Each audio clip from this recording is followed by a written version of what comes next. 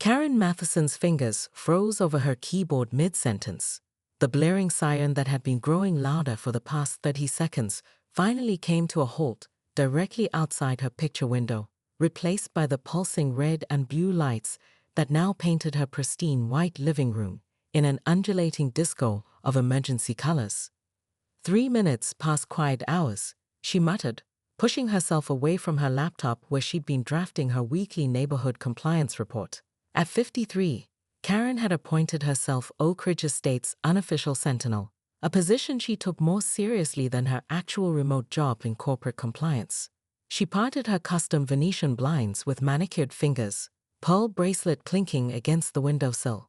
3 houses down, an ambulance had parked haphazardly, partially blocking Mrs. Peterson's expertly trimmed hedges.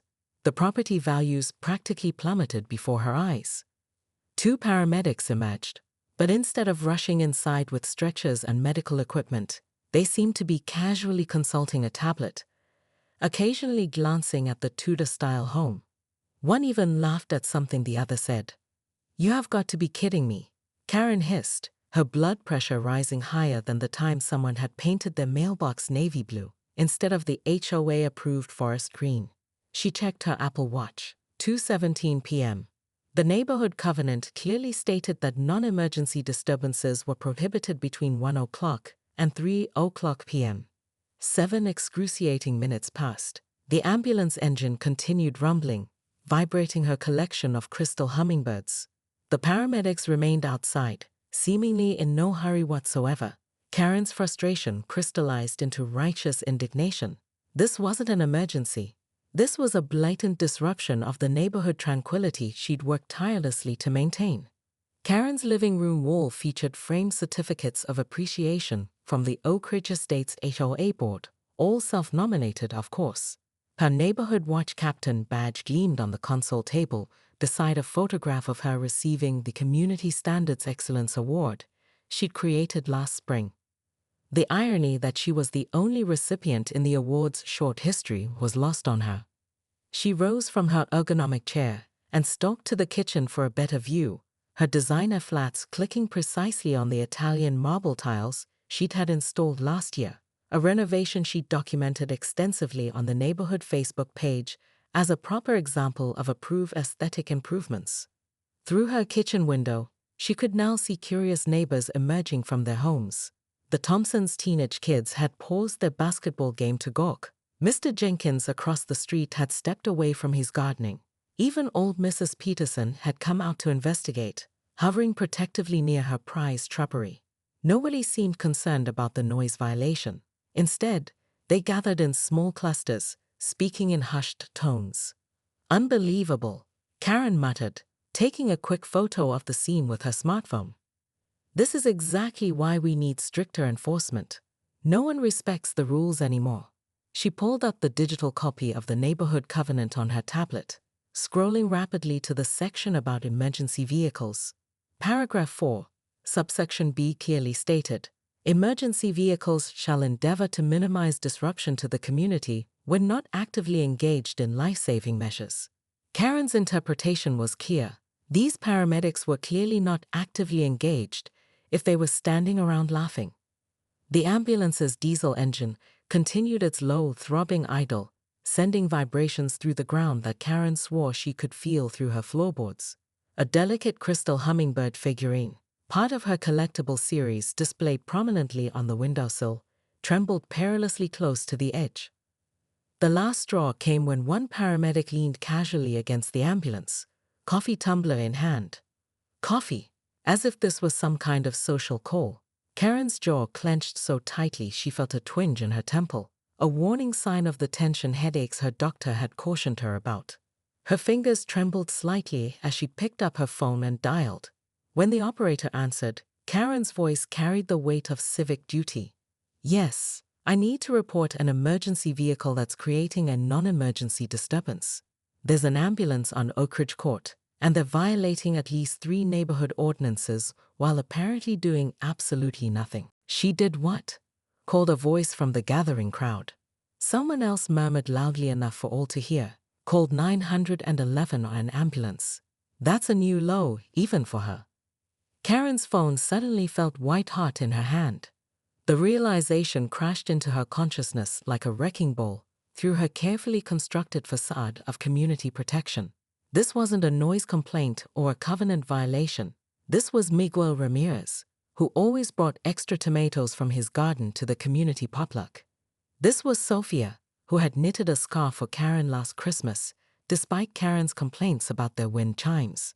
As the paramedics efficiently loaded Miguel into the ambulance, Sophia's eyes met Karen's one more time, not with anger, but with something far worse, disappointment mixed with pity. The video that exploded across local social media channels wasn't Karen's. It came from Zoe Thompson's iPhone. The 16-year-old basketball player with dreams of journalism had captured everything from the moment Karen marched down the street to her stunned silence as the gravity of her actions became clear. Local KRINCLL's 911 to report ambulance helping hurt ATACK VIC time, read the headline on the community Facebook page, the very one Karen had moderated with an iron fist until yesterday, when she was unanimously removed by the other administrators. Notifications bombarded her phone for 48 hours before she finally turned it off completely. The Nextdoor app became a minefield of thinly veiled references to people who should mind their own business. And when privilege goes too far, someone had even printed her 911 call transcript, legally obtained through a public records request, and taped copies to the neighborhood bulletin board. 5 days after what local social media had dubbed #AmbulanceDate, Karen sat in the sterile hospital waiting room, mechanically turning the pages of a tattered People magazine without registering the content. On the seat beside her sat a gift basket, artisanal preserves, premium tea, and a handwritten card that had taken 4 drafts to complete. When Sofia Ramirez emerged from the cardiac unit, she stopped short at the sight of Karen, clearly not expecting her former neighbor nemesis. Karen stood awkwardly, the gift basket clutched against her chest like a shield. "Sophia, she began, her carefully rehearsed speech evaporating. "How is he?" Sophia's exhaustion was evident in the deep circles beneath her eyes, but there was strength there too. "The doctor says he will recover. The stent procedure went well." She paused, studying Karen's face. "He asked about the neighborhood. Even in his condition, he worries about his garden." The absurdity of it. Miguel, concerned about tomato plants while recovering from a heart attack, broke something in Karen. The tears she'd been suppressing since that terrible afternoon finally escaped. "I am so sorry," she whispered, the words wholly inadequate. "I didn't know. I should have." Sophia didn't rush to comfort her or to easily absolve her, and Karen respected her more for it. Instead, she said simply, "In our culture, we believe that shame is only useful if it teaches."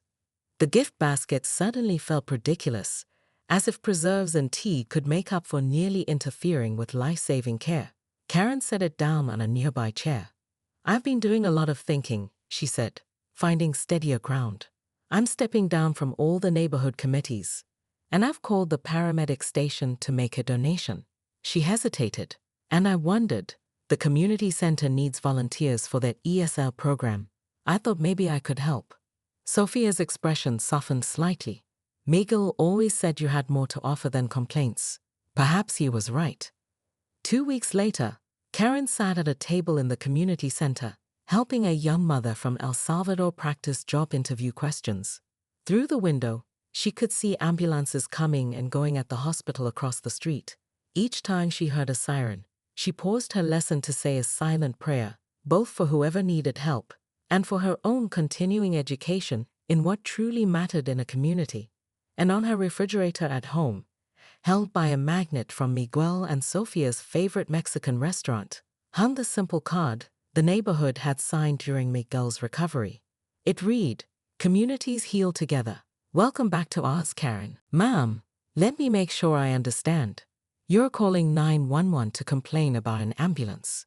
The dispatcher's voice, belonging to Letitia Coleman, carried 15 years of emergency call experience, none of which had prepared her for this particular conversation. "Exactly," Karen confirmed, pacing her kitchen while keeping the ambulance in her sightline. She switched to speakerphone, freeing her hands to pull up the Neighborhood Covenant PDF on her iPad.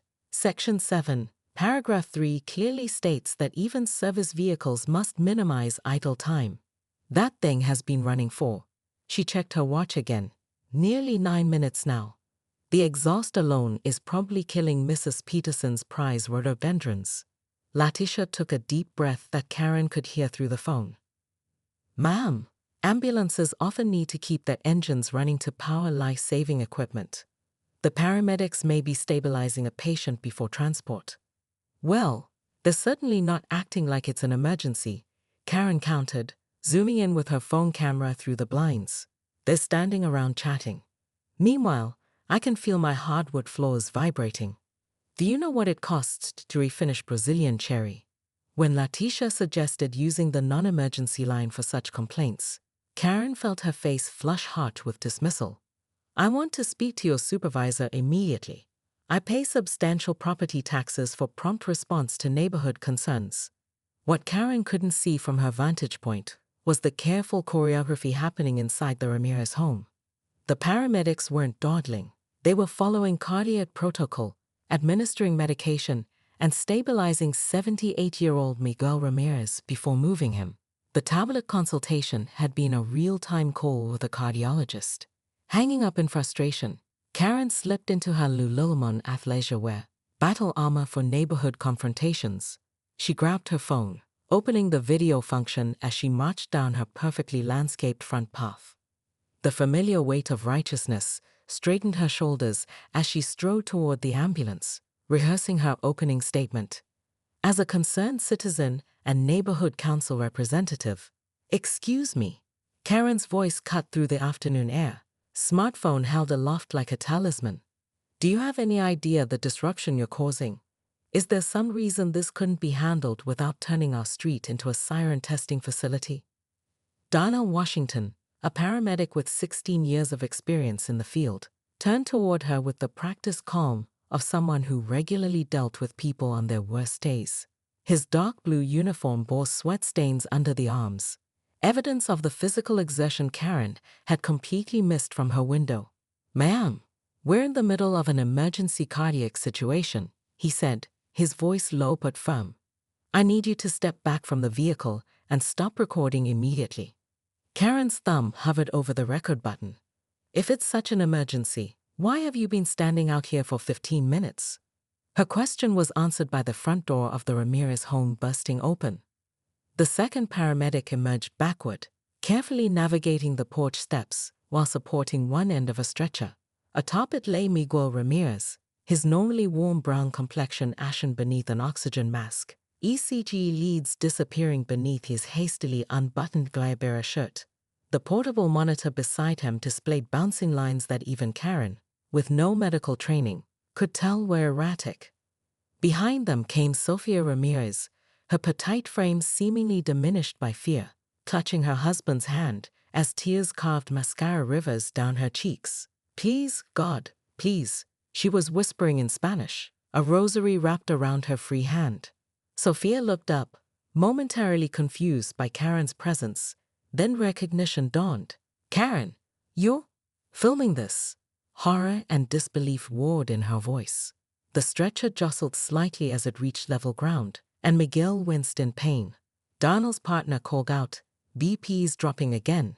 We need to move now. Ma'am, Darnell said, more forcefully this time. We received a notification that someone called 911 to complain about our presence here. Was that you? The accusation hung in the air like the neighborhood's communal laundry, something Karen had campaigned vigorously against last summer. From nearby porches, faces appeared. Mr. Jenkins from across the street had emerged in his gardening hat. The Thompson teenagers had paused their basketball game to stare. Mrs. Peterson stood frozen by her threatened rhododendrons,